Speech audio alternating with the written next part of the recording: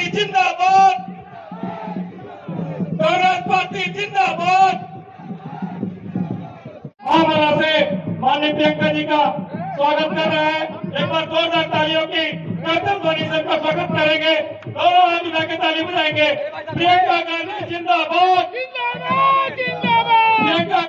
चुनाव के समय बहुत बड़ी बड़ी सभाएं होती हैं, सारे नेता आकर आपको अपनी बात बताते हैं और ये समय होता है कि आप तय करें कि आपको कैसा भविष्य चाहिए, कैसा नेता चाहिए, कैसा राजनीतिक दल आपका प्रतिनिधित्व करे।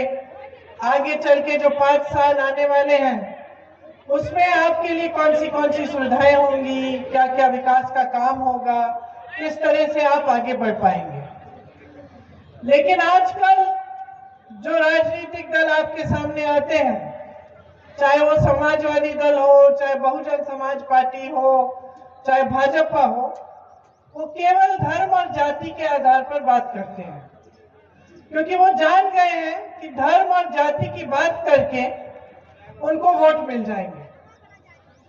और इस बीच क्या हो रहा है कि जो आपकी बड़ी बड़ी समस्याएं हैं, जिनका आप सामना कर रहे हैं, रोज रोज आप महंगाई का सामना कर रहे हैं। यहाँ मेरी बहनें बैठी हैं, महंगाई का सबसे बड़ा बोझ तो वही उठाती हैं, आप भी बैठी हैं। महंगाई हद से ज्यादा बढ़ गई है। आपको सरसों का तेल 250 रुपए में मिल रहा है, पेट्रोल डीजल के दाम बहुत बढ़ गए हैं, गैस का सिलेंडर 1000 रुपए में मिल रहा है, बालू 5000 में मिलती है। तो आप आगे कैसे बढ़ पाएंगे? महंगाई का सामना नहीं कर पा रहे हैं। यहाँ नौजवान बहुत सारे हैं, नौजवानों को रोजगार नहीं मिल रहा है, पलायन करना पड़ता है, बाहर जाकर रोजगार ढूंढना पड़ता है, वहां भी नहीं मिल रहा। इसी तरह से जो छोटे दुकानदार हैं, छोटे व्यापारी हैं, इनकी बड़ी बड़ी समस्याएं हैं। सरकार ऐसी नीतियां लाई जिससे इनकी कमर तोड़ी गई, चाहे वो जीएसटी थी, नोटबंदी थी, कोरोना में लॉकडाउन था, सारी मुसीबतें छोटे व्यापारियों, छोटे दुकानदार, बड़ी बड़ी समस्याएं हैं।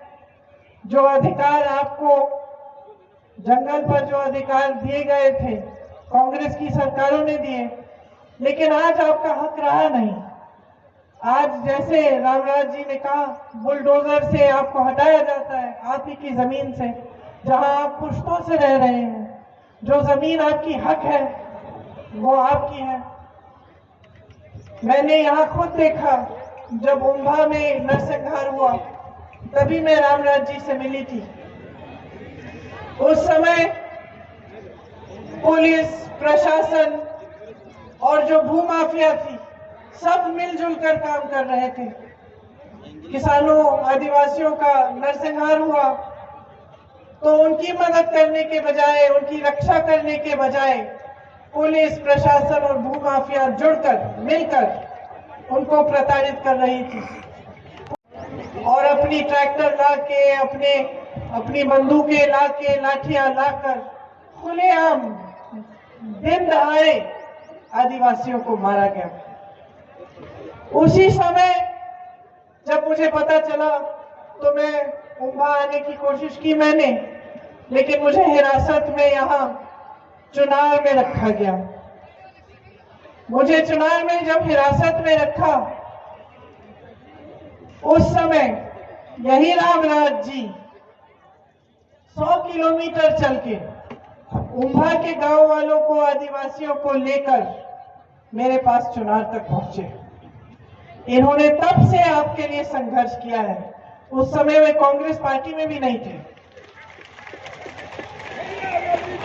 मैंने देखा कि एक लड़का, एक नौजवान इतना संघर्ष कर रहा है अपने लोगों के लिए, इतनी दूर से चल के आया, ये जानते हुए कि पुलिस ने हर जगह छावनी लगा रखी है, कि मैं चुनाव में बंद हूं, मेरे आसपास भी पुलिस वाले हैं, सरकार सबको रोक रही है। रात में छुपकर एक एक करके उन परिवारों के सदस्य को लेकर मेरे पास रामराज आए। तो मैं समझ गई कि इस लड़के में कुछ करने की इच्छा है, अपने लोगों को आगे बढ़ाने की इच्छा है, एक ऊर्जा है और आत्मशक्ति है। उसी समय जब वो हुआ, उसके 2 महीनों बाद हम जब अपने जिला अध्यक्ष खोज रहे थे यहाँ के लिए, तो हमने तय किया कि रामराज को ही, आप ही के बेटे को हम जिला अध्यक्ष बना के देखते हैं। और तब से कांग्रेस पार्टी में रामराज काम कर रहे हैं।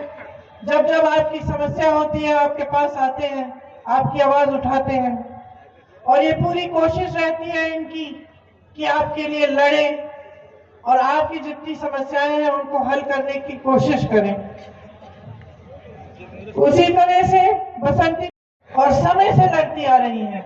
आज एक महिला है, हमारा लड़की हूं लड़ सकती हूं का नारा है, जिसमें हमने 40% महिलाओं को टिकट दिए ताकि महिलाएं भी राजनीति में भागीदार हों और आगे बढ़े, विकसित हों।